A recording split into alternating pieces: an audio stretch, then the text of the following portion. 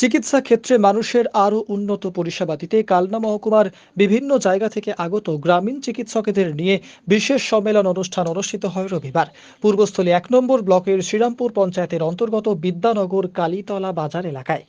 মূলত বেশিরভাগ সময়তেই দেখা যায় গ্রামের মানুষেরা ৫০% গ্রামীণ চিকিৎসকদের উপর নির্ভরশীল। প্রাথমিক ট্রিটমেন্টের ক্ষেত্রে কিভাবে আরও উন্নত পরিষেবা দেওয়া যায় এই বিষয় নিয়ে আলোচনার পাশাপাশি নিয়মিত গ্রামীণ ডাক্তারদের ট্রেনিংয়ের মধ্যে থাকতে হবে। সম্মেলনে এমনই বিষয়গুলি উঠে আসে এই দিন রবিবার। কোনো রকম ভুল চিকিৎসা নয়, উন্নত মানের পরিষেবা দেওয়ার লক্ষ্য তাদের। সেই লক্ষ্যই আজকের এই সম্মেলন অনুষ্ঠান অনুষ্ঠিত হয়। উপস্থিত ছিলেন বর্ধমান মেডিকেল কলেজ হাসপাতালের চিকিৎসক ডক্টর মলয় সরকার, ডক্টর মনোজিৎ সরকার সহ বিভিন্ন জায়গা থেকে আসা গ্রামীণ চিকিৎসকেরা। কি করলেন আজকে আপনারা? আজকে অ্যাকচুয়ালি আমাদের এলাকার বিশেষ করে এই কালনা পূর্বস্থলী এই এলাকায় বহু ডক্টর আছে যারা লোকাল প্র্যাকটিস করে এবং তাদের উপরে একটা বিশাল সংখ্যার লোক, বলতে পারেন যে অ্যারাউন্ড 50-60% লোক তাদের চিকিৎসার উপর নির্ভরশীল। তো হঠাৎ আমার মনে হলো যে এরা তো চিকিৎসা দিচ্ছে, সেই চিকিৎসা আরো বেটার ভাবে দেওয়া যায় কিনা, আরো সুচিকিৎসা যেটাকে বলে, যেটাকে আমরা বলি কোয়ালিটি ট্রিটমেন্ট। এই কোয়ালিটি ট্রিটমেন্ট দেওয়ার উদ্যোগেই আমার মনে হলো যারা এখানকার আমাদের বিভিন্ন প্র্যাকটিসের সঙ্গে যুক্ত বিভিন্ন এলাকা পূর্বস্থলী টু কালনা, তাদের নিয়ে আমার একটু রিফ্রেশমেন্ট কোর্স, যাতে করে তারা ট্রিটমেন্টটা ভালোভাবে দিতে পারে, মানুষের সঙ্গে ভালো ব্যবহার করতে পারে, মানুষ সুস্থ থাকে, কোনো ভুল ট্রিটমেন্ট না হয়, কোনো রং ট্রিটমেন্ট না হয়, কোনো ওভার ট্রিটমেন্ট না হয়, এইসব উদ্যোগে এই অনুষ্ঠানের আয়োজন করেছি। কোন কোন জায়গা থেকে এসেছেন? কালনা, ধাত্রীগ্রাম, সমুদ্রগড়, নাদনঘাট, নিমতলা, পূর্বস্থলী, কালেখাতলা, জামালপুর, দোগাছিয়া, মেরতলা, ফলেয়া, এইসব জায়গা থেকে বিভিন্ন ডাক্তার এখানে এসেছেন। এনারা কি প্রশিক্ষণ প্রাপ্ত? এরা বেশিরভাগই প্রশিক্ষণ প্রাপ্ত, কোনো কোনো জায়গা থেকে কখনো কোনো প্রশিক্ষণ পেয়েছে, কিন্তু এদের ফার্দার আপলিফটমেন্ট হয়নি। মানে প্রশিক্ষণ তো একবার পেলেই হবে না, বারবার প্রশিক্ষণ দরকার আছে।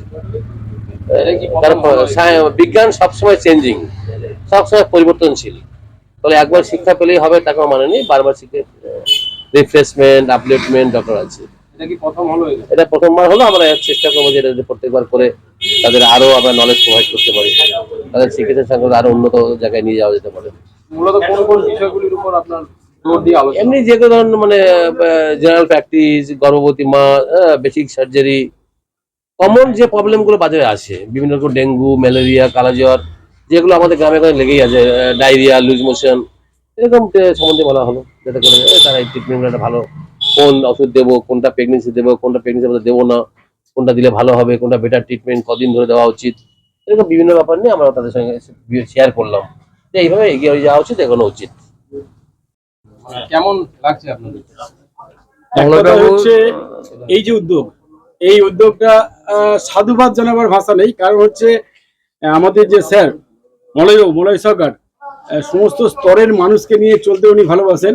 সেখানে গ্রামীণ ডাক্তার, রেজিস্টার্ড ডাক্তার, সাধারণ মানুষ, একদম শ্রমজীবী থেকে কর্মচারী এবং হচ্ছে সরকারি কর্মচারী থেকে লেবার, সমস্ত স্তরের মানুষকে যে ভালোবাসা দিয়ে থাকেন তার একটা ছোট্ট নিদর্শন আজকে।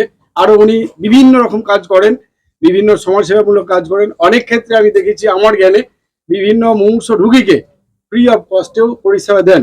সেটা আমরা প্রশংসা করে, যতই প্রশংসা করি কেন সেটা যথেষ্ট হবে না। তো এটা অত্যন্ত সাধুবাদ জানাই আমরা গ্রামীণ ডাক্তারের পক্ষ থেকে এবং সাধারণ একজন নাগরিক হিসেবে।